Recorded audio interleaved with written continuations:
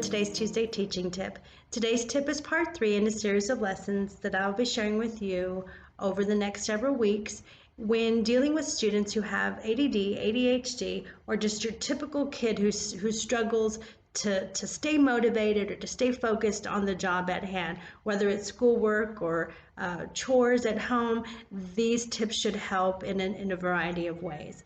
Okay, so last week I talked about taking frequent breaks. Today I'm going to talk about a reward system. So a reward system is set up to reward those good behaviors, the behaviors that you want to see. And so when children are having a hard time seeing the value in doing their chores or a hard time seeing the value in doing their classwork, their schoolwork, their homework, the reward system really helps. Now, the goal of it is to gradually decrease those undesirable behaviors.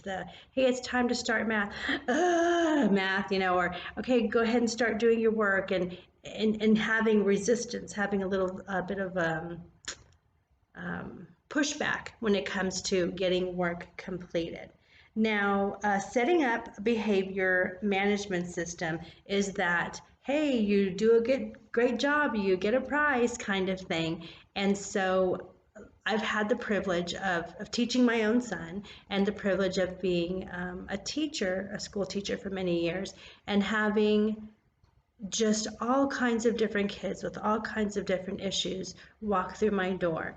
And I've seen this system work for kids of all ages and kids of all backgrounds.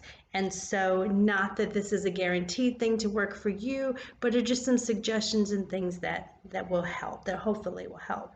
So there are 3 basic steps to this process of setting up a reward system. So the first one is to identify the problem. The second one is to establish a set of rewards. And number 3, how to stick to the plan, or sticking to the plan, the importance of it.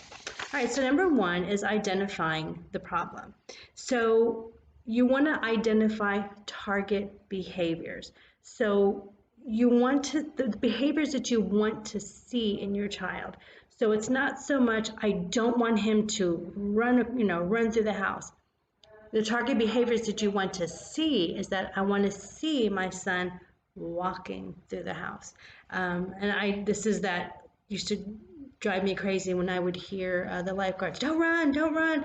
Instead of telling kids what not to do, because that's all they hear, tell them what to do. Walk. So you blow that whistle and say walk. The kids are like, oh, gotta walk.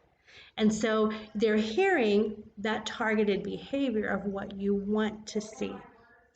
And so eventually, hopefully, that'll eliminate some of those behaviors. Ideally, the behaviors that you're looking for should be concrete and measurable again. So I want you to be able to get your work completed in this amount of time, because the more you drag it out, the worse it gets. So concrete and measurable.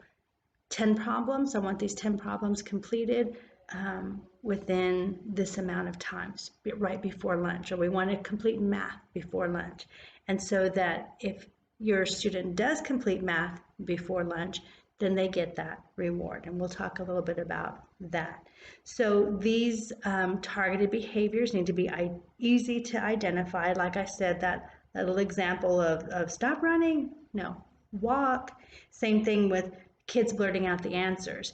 Instead of saying, you need to stop blurting out the answers, you'd say, I'd like to see you raise your hand, please, so that you're not disturbing others around you, or I need to see you raise your hand to answer the question so that I can give everybody an opportunity to answer. So you're telling them what you want them to do. All right, so that's it. Identify the problem. For me, it was that math. That's why I'm always using math as an example. When it would come time for math, it was always so identify the problem. What is it about math? And so then setting up a reward system to then reward the behaviors that you want to see during math time. All right, so a real important part is the reward part. So the effective rewards. So Effective rewards meaning that you want to focus on rewards, because some consequences that you have could be actually making the problem worse. And so for an example of, you have a student in class that's hyperactive. Well, some of the consequences used to be, well, you're going to miss recess. So is it really good for somebody who needs to run around and get some of that energy out to miss recess? Really, all that would do is make the problem worse. And so being careful with that. Now, you're the parent, you get to decide punishment, reward. I'm just suggesting some of the rewards are really big motivators to change behaviors that you want to have changed. So these need to be, the rewards that they get need to be motivating enough to be effective. So the rewards can be opportunity based. You're going to have a chance to do this, sit at my desk. You're going to have a chance to pick where we go for lunch on Friday. You're going to have a chance to, and so, and I'll go over some more examples here in a minute, or something concrete. You get this $10 gift card. You're working towards this $10 Target gift card. So that's the difference between the opportunities. They get an opportunity to do something, go somewhere, or the concrete. This is the thing, the rewards you get.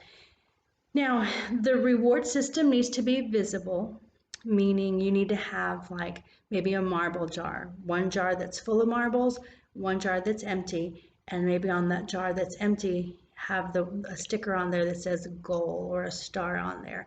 So when we fill this jar up with good behaviors, the things I'd like to see while we're doing our lessons, then you're going to get this particular reward. And so the reason you do that is because you're not going to want to reward. Here's a $10 gift card. I like how you raised your hand today. Here's a $10 gift card. I like how you walked through the house instead of running through the house. Here's a $10 gift card. I like how when I said it's time to do math, you weren't, well, if you reward that often with that big of rewards, then it's really expensive and not the point. So when we say you need to reward often, it means something like the marble jar or a sticker chart. Oh, that was a great job. I loved how when I said we're going to start math, you're like, okay. And so here's your sticker. Go put it on our chart. So as soon as we fill that sticker chart up, then you're going to get that big reward. And so it's something visible that they see and that they're constantly working towards. So you might earn 5 marbles in one, day. You might earn 5 marbles within a particular lesson.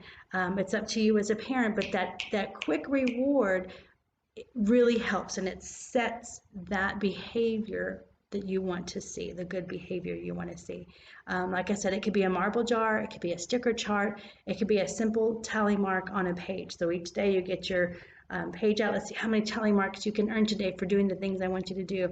Oh, for chores. Oh, I really liked how you made your bed today. I'm going to give you 5 tally marks for doing that this morning. Tally marks. I liked how you picked your socks up off the floor. I like how you hung your towel up this morning after your shower. I'm going to give you 3 marks for that. And so however many marks that you set up for the week, we want to try and earn 100 tally marks so that you can get that $10 gift card or that extra screen time. We'll talk again about some of the rewards. So like I said, it's something instant and it's something constant that you're rewarding them with for that good behavior, because the important part of it is for that to be an immediate thank you, I like how that you did that, and an immediate reward of the marble, the sticker, or the tally mark. All right. So again, some of the rewards, like I mentioned, can be a gift card, can be a toy. So you can go online and find the toy, print out a picture of it, put it right next to the marble jar, or put it on the marble jar, put it next to your sticker chart, next to your tally marks. This is the big payoff that we're working toward. And so you'll have a picture of that toy. So it's a constant reminder of, yes, I need to make sure I do my chores, or I need to make sure that I'm paying attention, or that I finish my work in a timely manner. All right, so gift card, toy, fun activity. Now I like this because it's free, basically. And so fun activity can be just 15 minutes of any activity you choose. For my son, at one time it was going rock hunting because he loved to find rocks that were interesting, and to him that was just the world. So 15 minutes of rock hunting where we're both out there digging and finding really cool rocks, to him was a major reward.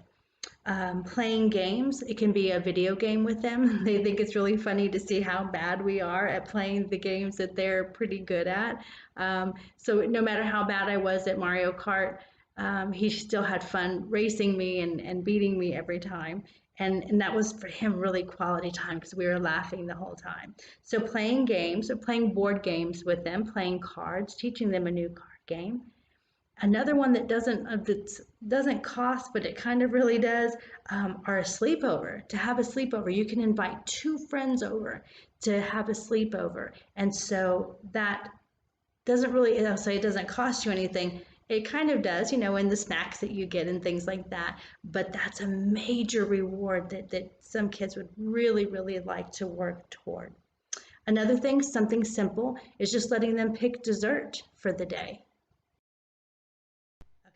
Just a quick break, sorry about that. Somebody came to the door. All right, so let them pick dessert for supper. Might be a pie, it might be butterscotch pudding that evening, but when they get to pick the dessert, it's like really big deal. And so working towards something like that all week, and they get to pick the dessert for Friday, maybe it's even going out for ice cream, that's a really big deal. So it doesn't have to be something super expensive, but it can be something that they really feel is rewarding.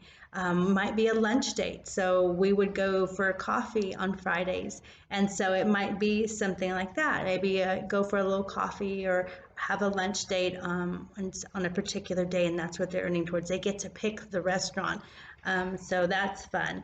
And then, of course, the big one right now is earning screen time, so they can earn some extra screen time. So we've identified parts of the reward system, setting up a reward system. The first one was identifying the problem.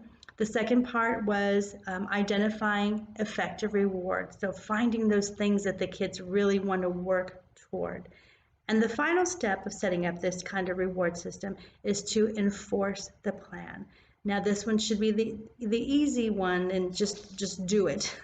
But part of the problem with enforcing it is in the setup. You want to pick something easy, not something that's too complicated. Well, if you do this chore, you get 3 points. If you do this chore, you get 5 points, because it becomes so convoluted, it's hard to give that immediate feedback. So keep it simple. So it's easier to enforce. It's because you have to be consistent with this. Consistency is key. So the recognition should be given. Oh, I like how you did that. It was great that you, like I said, picked up your socks, made your bed, put the towel up. I'm going to give you 3 points for that, 4 points for that. It's not so much in how many points, it's that they got rewarded for doing something good. So in reinforcing that good behavior. And so feedback is really helpful. I noticed that you didn't, pick your socks up today. Now, I'm not going to take points away, but gosh, you could have really earned today. I was going to give away 10 points for that. Just things like that. And so giving them that feedback helps out a lot as well.